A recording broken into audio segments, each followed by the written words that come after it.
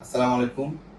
আজকে দুপুর 12:30টার দিকে আমাদের জাতীয় শ্রমিক শক্তি এনসিপির কেন্দ্রীয় সংগঠক এবং খুলনা বিভাগীয় সমন্বয়ক মোতালেব শিকদার গুলিবিদ্ধ হয়ে খুলনা মেডিকেল কলেজ হাসপাতালে এখন চিকিৎসাধীন আছেন এবং তার মাথার খুলির পাশ দিয়ে গুলিটা চলে গিয়েছে।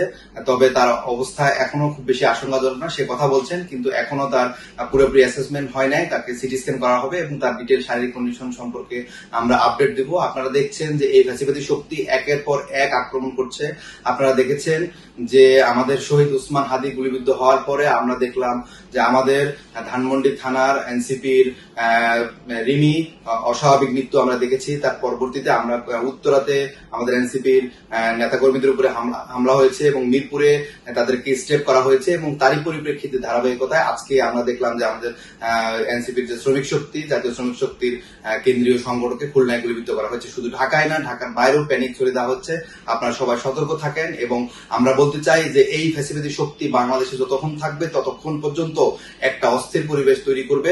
আমরা খুব শীঘ্রই তাদেরকে ছাত্র জনতা সমন্বিত হবে তাদেরকে প্রতিহত করব এবং আমরা মোতালেব শিকদারের স্বাস্থ্যের আপডেট সম্পর্কে খুলনা মেডিকেল কলেজ ডিপার্টমেন্ট হেডের সাথে কথা বলেছি। তার সর্বশেষ সিটি স্ক্যান এবং পরবর্তী চিকিৎসা নিয়ে আমরা আবার আপনাদেরকে আপডেট জানাবো।